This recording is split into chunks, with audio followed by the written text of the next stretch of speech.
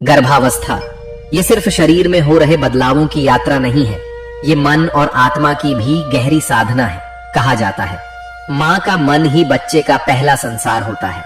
अगर उस मन में खुशियां, उम्मीदें और सुकून भरे हों तो वही एहसास गर्भ तक पहुंचते हैं। सोचकर देखिए, जब माँ मुस्कुराती है तो बच्चे का हृदय भी गर्भ में हल्का सा धड़कता है। जब माँ शांति से गहरी सांस लेती है तो वही शांति बच्चे के मन में घर कर लेती है। और जब माँ दुखी या तनावग्रस्त होती है तो वो बेचैनी भी सीधे गर्भ में पलते जीवन तक पहुंच जाती है।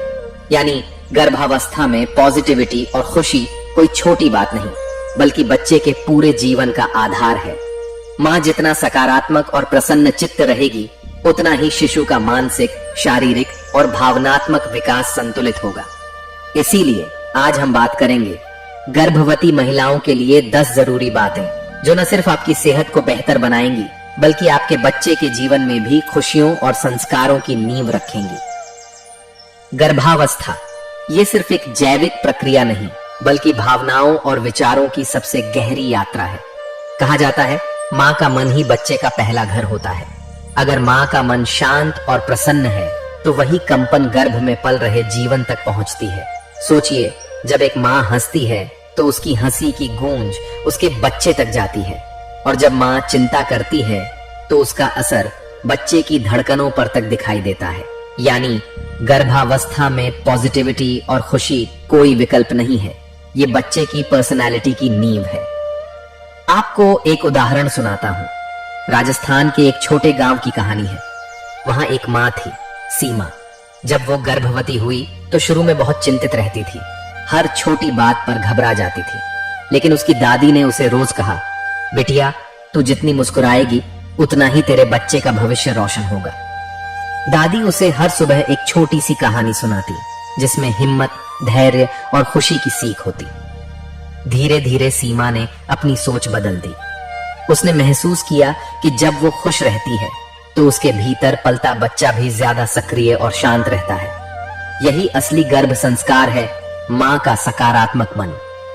गर्भवती माँ के विचार ही बच्चे का पहला संस्कार होते हैं। इसलिए जरूरी है कि आप हर दिन खुद को अच्छे विचारों से घेरें, नकारात्मक खबरें, झगड़े या तनाव से दूरी बनाएं और अपने मन में सिर्फ सकारात्मकता का बीज बोएं। दिल्ली की श्वेता की कहानी है। जब वो पहली बार माँ बनने वाली थी तो उसे लगता था बस पेट भर लेना ही काफी है। लेकिन डॉक्टर ने कहा, पेट भरना ही काफी नहीं, बच्चे का विकास पोषण से होता है। उसने धीरे धीरे अपने खाने में हरी सब्जियां, दालें, फल, दूध और सूखे मेवे शामिल किए। नतीजा ये हुआ कि उसकी डिलीवरी आसान रही और बच्चा जन्म से ही मजबूत और स्वस्थ निकला। यानी याद रखिए, जो आप खाएंगी वही आपके बच्चे के शरीर और दिमाग की ईंट बनेगा। नींद गर्भवती महिला के लिए किसी दवा से कम नहीं। एक छोटी सी कहानी सोचिए। महाराष्ट्र की कविता नौकरी करती थी और गर्भवती भी थी, लेकिन वो देर रात तक काम करती, घर का काम भी करती और सोचती, अभी तो मैं ठीक हूं, नींद कम लेना कोई बड़ी बात नहीं। धीरे धीरे उसके अंदर थकान बढ़ी, चिड़चिड़ापन आया और डॉक्टर ने चेतावनी दी कि अगर आप आराम नहीं करेंगी तो इसका असर सीधे बच्चे पर होगा। उस दिन से कविता ने नींद को अपनी प्रायोरिटी बना लिया। उसने तय किया कि रात को 8 घंटे की गहरी नींद और दिन में 20-30 मिनट का आराम जरूरी है। कुछ ही हफ्तों में उसने महसूस किया कि उसकी एनर्जी लौट आई और बच्चे की ग्रोथ रिपोर्ट भी बेहतरीन थी। यानी गर्भावस्था में नींद कोई लग्जरी नहीं, बल्कि जरूरी इलाज है। अब दूसरी कहानी बिहार की रीना गर्भ के चौथे महीने में थी। घर में कुछ आर्थिक समस्याएं थी और वो हर समय चिंता में डूबी रहती। धीरे धीरे उसकी सेहत पर असर दिखने लगा। शिशु की एक्टिविटी भी अल्ट्रासाउंड में कम दिखाई दी। डॉक्टर ने साफ कहा, तनाव बच्चे की ग्रोथ को रोक सकता है। रीना ने तब मेडिटेशन शुरू किया।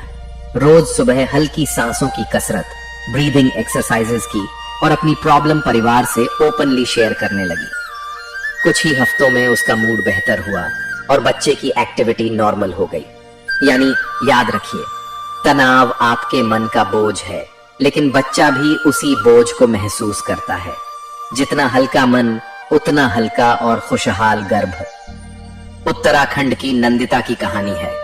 वो हमेशा सोचती थी कि गर्भवती महिला को बस आराम ही करना चाहिए, लेकिन उसके डॉक्टर ने कहा आराम जरूरी है, मगर हल्का व्यायाम और योग भी उतना ही जरूरी है।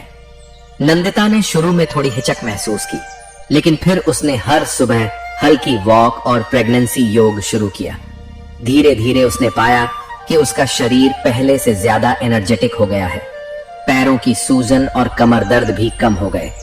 डिलीवरी के समय उसे ज्यादा दिक्कत नहीं हुई और रिकवरी भी जल्दी हुई। यानी हल्का व्यायाम और योग न सिर्फ मां की ताकत बढ़ाते हैं, बल्कि शिशु को भी एक्टिव और स्वस्थ बनाते हैं। अब दूसरी कहानी सुनिए। गुजरात की भावना पहली बार मां बनने वाली थी। उसे लगता था कि बार बार डॉक्टर के पास जाना सिर्फ फॉर्मेलिटीज हैं, लेकिन उसके पति ने इंसिस्ट किया कि हर महीने चेकअप जरूरी है। एक विजिट में डॉक्टर ने पाया कि बच्चे की ग्रोथ थोड़ी स्लो है और तुरंत आहार में बदलाव करने की सलाह दी। अगर वो चेकअप मिस कर देती तो ये समस्या बड़ी बन सकती थी।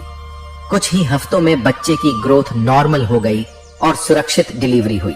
इसीलिए याद रखिए, मेडिकल चेकअप कोई औपचारिकता नहीं, बल्कि सुरक्षा कवच है।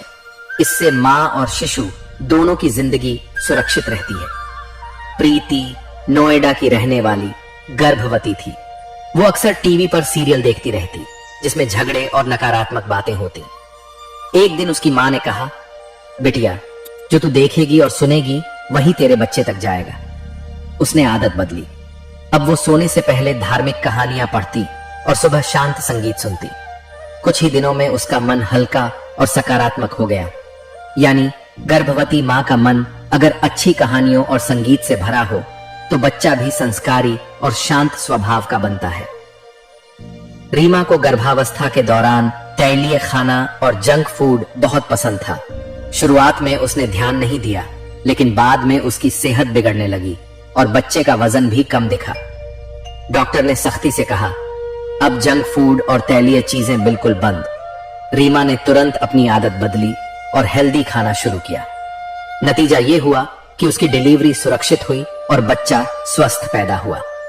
सीख ये है, गर्भ में रहते हुए बच्चे को सिर्फ वही दें जो उसके शरीर और दिमाग को मजबूत बनाए। हानिकारक चीजें मां और शिशु दोनों के लिए खतरा बन सकती हैं। मीना पटना की रहने वाली गर्भावस्था के दौरान बहुत अकेलापन महसूस करती थी। पति काम में व्यस्त रहते और सास ससुर भी अपने काम में लगे रहते। एक दिन उसने रोते हुए कहा, मुझे लगता है मैं इस सफर में अकेली हूं। उसकी बात सुनकर परिवार ने ध्यान दिया। पति ने शाम को उसके साथ समय बिताना शुरू किया। सास ने उसके लिए हेल्दी खाना बनाया और ससुर रोज टहलने के लिए साथ जाने लगे। धीरे धीरे मीना का अकेलापन दूर हो गया और उसका मन फिर से खुश रहने लगा। यानी मां का मन खुश रखने में परिवार का सहयोग सबसे बड़ी दवा है। सोनल जयपुर की रहने वाली हर समय घर और काम की चिंता करती रहती थी। उसने कभी खुद के लिए समय नहीं निकाला।